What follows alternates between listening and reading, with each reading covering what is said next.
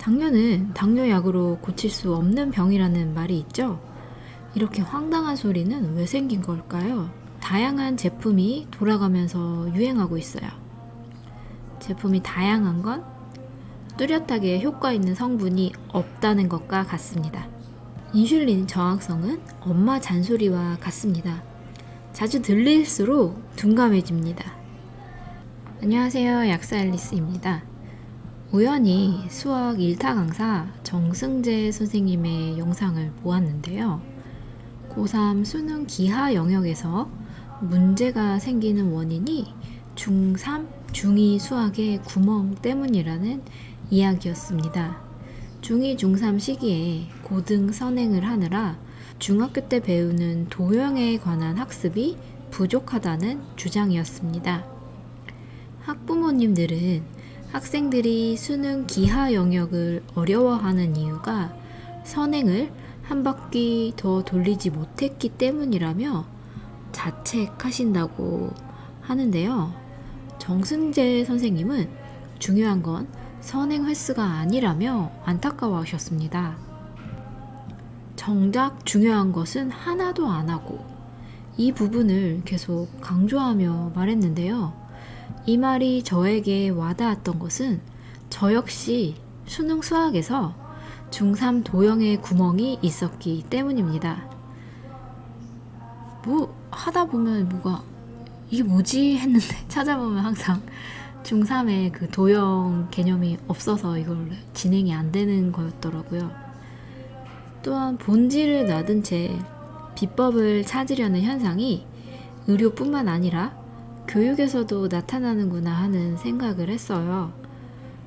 당뇨 관리가 어려운 것은 영양제를 안 먹어서도 아니고 정보가 부족해서도 아니며 식단과 생활 습관의 문제 때문인데요. 오늘은 혈당 관리와 당뇨 치료법에 관한 이야기를 해보겠습니다. 시중에는 당뇨에 도움된다는 영양제가 주기적으로 유행하고 있습니다. 현재 제일 핫한 거는 에사비 식초죠. 그 전에는 바나바잎 추출물이 있었고 여주환이 있었고 크롬, 또 최근에는 당뇨에 도움되는 유산균이 조금씩 보이더라고요. 이렇게 다양한 제품이 돌아가면서 유행하고 있어요. 제품이 다양한 건 뚜렷하게 효과 있는 성분이 없다는 것과 같습니다. 콜라겐 합성의 비타민 C의 영향처럼 확실하게 자리 잡은 성분이 없는 것이에요. 혈당이 오르는 건 에사비 식초를 안 먹어서도 바나바잎 추출물을 여주환을 안 먹어서도 아닙니다. 식사 후에 혈당이 오르는 건 당연한 현상이에요. 식후에 혈당이 안 오르면 그것 또한 문제가 됩니다. 장에서 흡수가 안 된다는 의미겠죠. 당뇨의 원인은 명확히 밝혀졌습니다. 1형 당뇨는 췌장의 문제로 인슐린 분비에 문제가 생긴 것이고 2형 당뇨는 인슐린 저항성 증가로 혈당 관리에 문제가 생긴 질환입니다. 오늘은 2형 당뇨 기준으로 말씀드릴게요. 2형 당뇨는 인슐린 저항성 증가가 질환의 원인이라고 하는데 현재 당뇨 치료는 인슐린보다는 혈당에 집중하고 있습니다. 가정에서 인슐린 농도를 측정할 수 없는 반면 혈당은 쉽게 측정할 수 있는 환경의 영향도 있겠지만 반대로 당뇨 치료를 혈당에 초점을 맞추고 있으니 혈당 측정기가 개발된 것입니다.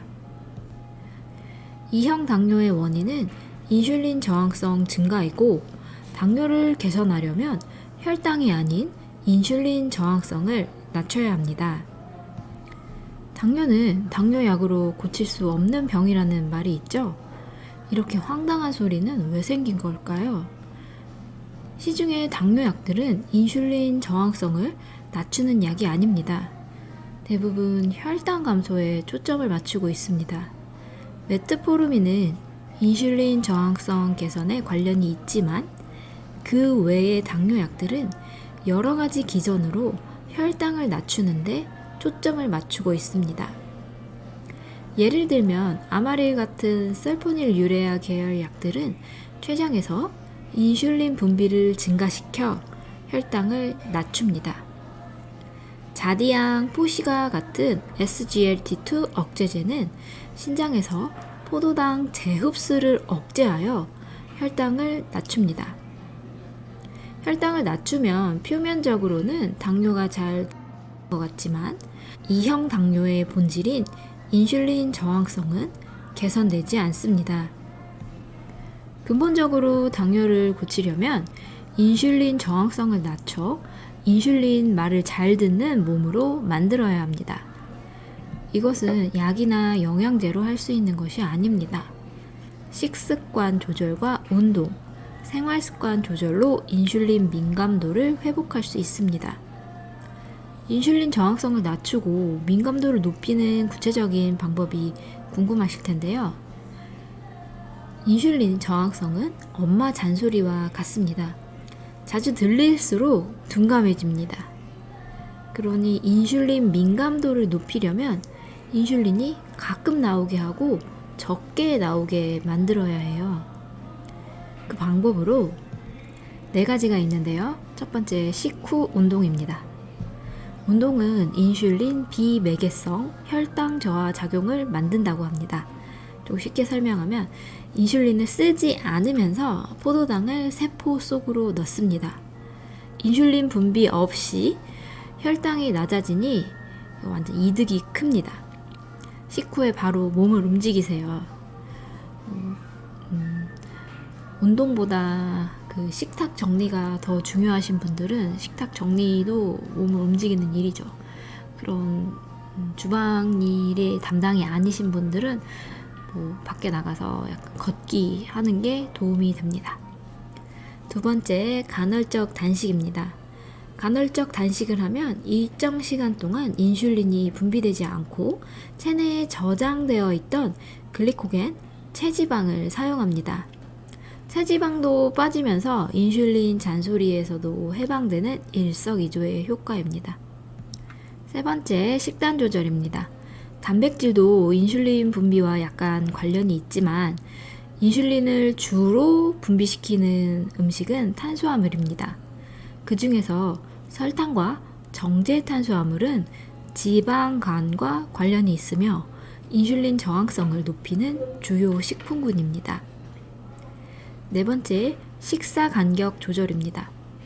인슐린 저항성이 높아지는 이유는 인슐린이 계속 분비되기 때문입니다. 엄마가 쉴 새 없이 잔소리를 하면 애가 듣지 않겠죠? 식사와 식사 사이 간식을 먹지 않고 4-5시간 정도 식사 간격을 두어 인슐린이 나오지 않는 시간을 만드는 것이 인슐린 저항성을 낮추는 방법입니다. 식후에 혈당이 높아지는 것을 자연스러운 일이라고 말씀드렸는데요. 당뇨를 왜 관리해야 되냐 궁금해 하시는 분들도 계실 거예요. 당뇨를 관리하는 이유는 당뇨가 혈관성 질환이고 혈관은 전신에 있죠. 그러니까 당뇨는 전신 혈관성 질환이기 때문입니다. 고혈당이 장기간 지속되면 혈관성 합병증을 유발합니다. 왜냐하면 고혈당 자체가 염증성 물질이고 혈관의 산화적 손상을 유발하여 혈관벽을 약하게 만들고 혈관벽이 약해지면 터질 수 있고 그 혈관벽을 지혈하는 과정에서 혈전이 생기면서 혈관이 막힐 수 있고 혈관이 막히면서 당뇨 관련 합병증이 발생됩니다. 이 막히는 혈관이 눈에 있는 혈관이면 당뇨병성 안질환이 생기고 신장 손상도 같은 원리고요. 그리고 이때 막히는 혈관이 뇌혈관이면 뇌졸중이고 심장혈관이면 심근경색이 되겠죠. 네. 치매도 암도 뇌졸중도 심장마비도 다 무서운 병입니다. 네, 그 중에서 제가 가장 피하고 싶은 병은 당뇨인데요. 당뇨는 여러 병들을 줄줄이 데리고 오기 때문입니다. 저랑 같이 관리하시면서 당뇨 프리한 생활 만들어 봐요. 들어주셔서 감사합니다. 항상 건강하세요. 귀한 시간 시청해 주셔서 감사합니다.